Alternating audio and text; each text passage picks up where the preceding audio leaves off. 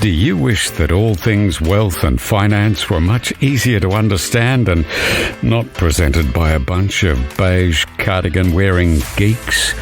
Welcome to the Clever Investor Podcast, where we're dishing up the easiest to understand finance program served in bite-sized chunks, so your brain will thank you as your knowledge grows. Hosted by the brilliant Owen Taylor, a multiple award-winning expert with a glorious knack for explaining the complex world of wealth in the simplest of ways. Hey Clever Investors, and welcome to another show.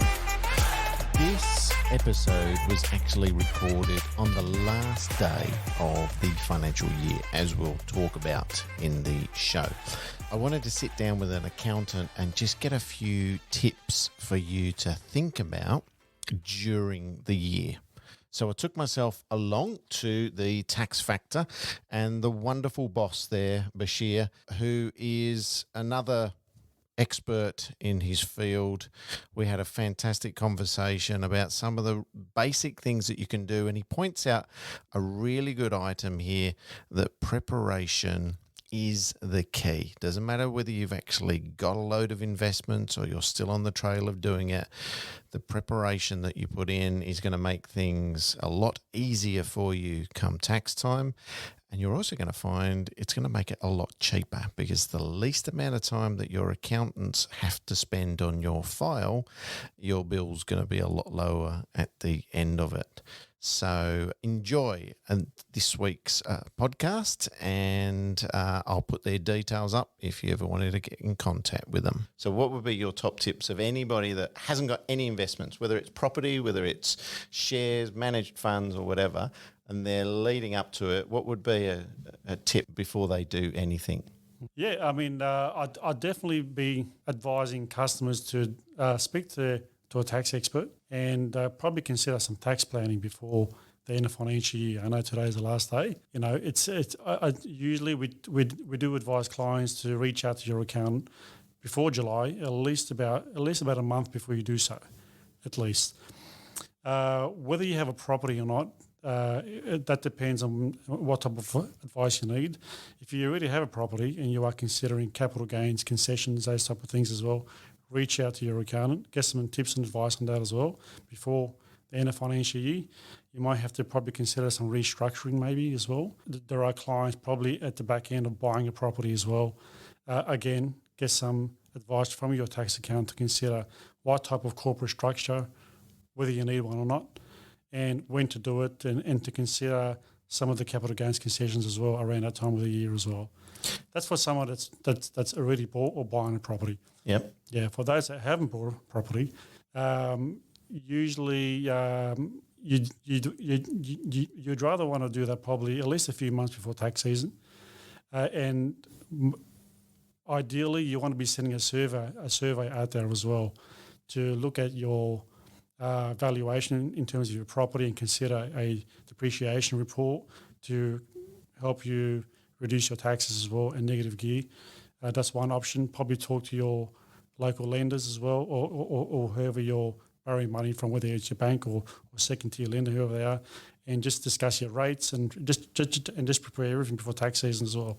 So depreciation is one thing, your interest charges and statements, or your substantiation records as well. Get them in place before the end of financial year, for sure. Yep. So that's the items as well that obviously, as you said, we've got a matter of moments when we're recording this now before the end of the 2022 financial year. Couple of hours. Yeah, not too far away. So,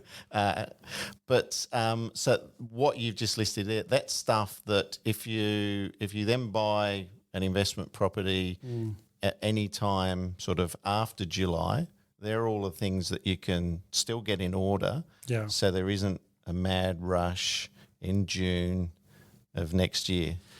Definitely. I think preparation is key, and you need enough time to prepare yourself well for the next financial year as well. Look, it doesn't matter. Look, timing is one thing when it comes from tax as well, but you also need to really consider the valuation perspective of the property as well. So timing is everything when you're buying a property as well. That's why coming to someone like Blue Wealth as well can assist customers with regards to timing and property valuation, when to go in, where to look, and those type of things. But that's something that you guys can help with, of course. Yeah. But even if you buy a property in July, it's always ideal to sit down with your accountant and plan ahead. The best time to get advice is before you buy a property. That's the best time because you want to get that right. You want to make sure that your foundations are strong before you do that, from an asset protection point of view as well, and from a tax point of view. So get some professional advice first before you do that. And you also mentioned the entity that you buy it in as well. So, Entity, yeah. So entities could range from companies to trust. Of course, there are a number of trusts. These days we often advise setting up a unit trust just to avoid or just to get some exemption or land tax exemption as well. So a unit trust will probably be ideal if you want to set up an entity. Of course, for those that don't know that, companies do not get a 50% discount on capital gains tax as well. So ideally, you want to set up either a trust or a unit trust, or you can put it under your name, and you still get the entitlement to the 50% discount as well. And that's something that, when you're buying a property, that's not what your lawyer or even the agent that's selling it, they're not there to advise you on. Definitely not a lawyer. Should you put it in your name or should you put it in there? Then they're not going to step forward and then actually say, don't do this, don't do that. Yeah. So honestly, most lawyers I've dealt with have no idea when it comes to tax and GST. And the thing is, lawyers often put together the contractual, they put together the contract, and they often refer to us for advice on the GST withholding when it comes to property sales as well. So that's something that you'll want to discuss with your accountant, because if you are buying a new property, there can be some GST implications there as well. So you want to also catch up with your accountant or your tax agent on that as well. So that's not, you're right. It's not somewhere you don't get a lawyer for that. Speak to a tax expert. And it's a lot of these things as well. Can you adjust them after you've signed the contract, after you've settled on the property? Can you go back and that's a timing issue. That's something that you want to discuss with your lawyer first as well. But no, I definitely advise you to get it right before you sign the agreement. Yeah, get it right. Do your proper due diligence and research as well before you do that. Get it right before you sign it. Cool. So that's a definite at the top. Absolutely. Big tip. That's top there priority as well. Top priority. Now, what about one of the things? I've got a few investment properties. Okay, gone are the days of the shoebox for putting all your receipts in there. Absolutely. All right. Yeah. What's the modern day shoebox? What's your ideal client? Where are they keeping all of these? Yeah, well, that's a tax factor. We've already sorted out that issue already a few years ago. So we've designed an app as well. It's a digital app that you can download on your phone where you can scan all your documents. And we have a dashboard. So all your scanned documents comes back to our dashboard. And it's also saved on the client's phone as well. So either way, it's all secured as well. So you won't lose your files.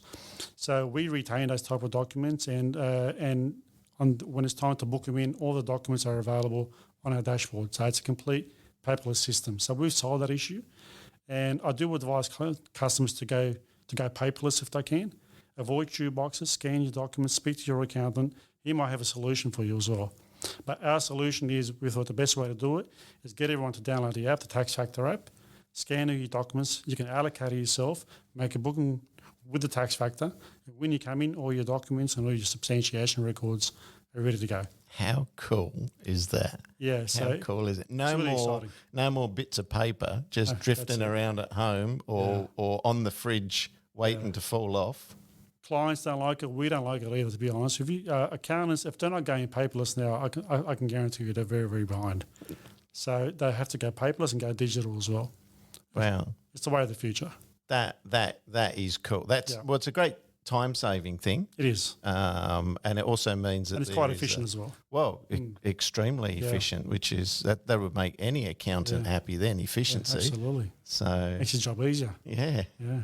So we've got that sort of what's a third tip? What's another thing that you see maybe people doing wrong during the year that will give you less of a headache when we're coming towards this the Christmas time of the year for you. Yeah, at the end of the financial year. Yeah, no, that's a good question. I mean, substantiation is one thing, but look, I mean, it depends on which industry you're in. Everyone has a different circumstance and situation. So, ideally, you want to make sure that the logbooks are in check as well, and the diary records are in check as well, all those type of things as well. So, we went through a bit of a COVID or post-COVID transition, and the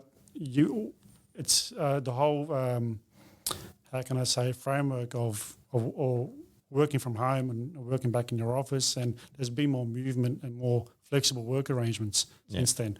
So, and you'll find a lot of staff now working from home as well. Question is, are they keeping the proper records so they can claim the home office expenses as well? That's another question as well. Are they getting that right? And you got to make sure you have at least 1 month proper records for your home office expenses to claim your home office expenses, and at least 3 months of proper logbook records as well. So again, we have designed an app which also allows for that. So there's a digital logbook in there as well, and also a digital diary that you can record through the app as well. So if you guys are interested in checking it out, you can always go onto our website and check it out. I will in our socials put a link to your website. Sure. Because I love the fact that I mean, I don't even carry a wallet around now. So if I don't even have to carry a pen and a piece of paper around too. That's the idea. So you want a tax mate that goes with you everywhere. Kind of like having a digital wallet sort of thing, you know. So, but what we at the moment, it's still the old app on the website. We're about to release a new premium version, which also has a capital gains schedule as well and a property schedule as well. So for anyone that's investing in property or they have capital gains transactions, this app will do it for you as well. It'll record all your documents, and you can allocate all your expenses and your capital costs to this app as well. So that's the next feature of the app, and we're hoping that we're going to release the new version we're hoping within the next 3 months or so. I didn't know about this before we sat down, and I'm just thinking of the hours that you're saving people. I've been designing this app for the last 3 years now, and now it's coming. We've already introduced to about 3 of our individual clients, and they're loving it at the moment. But wait till I see the new one.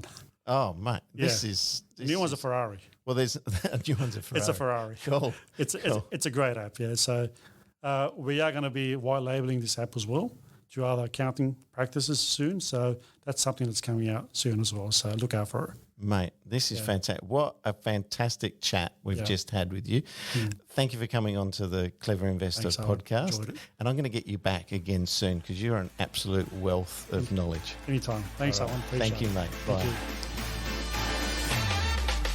You have been listening to the Clever Investor Podcast, proudly sponsored this week by Blue Wealth Property. Are you ready to start a new investment journey? Get in touch with the industry leaders, Blue Wealth Property. Blue Wealth have a proven track record in using research to identify growth markets, and Blue Wealth have supported thousands of Australians to buy the right property in the right market at the right time. Go to bluewealth.com.au.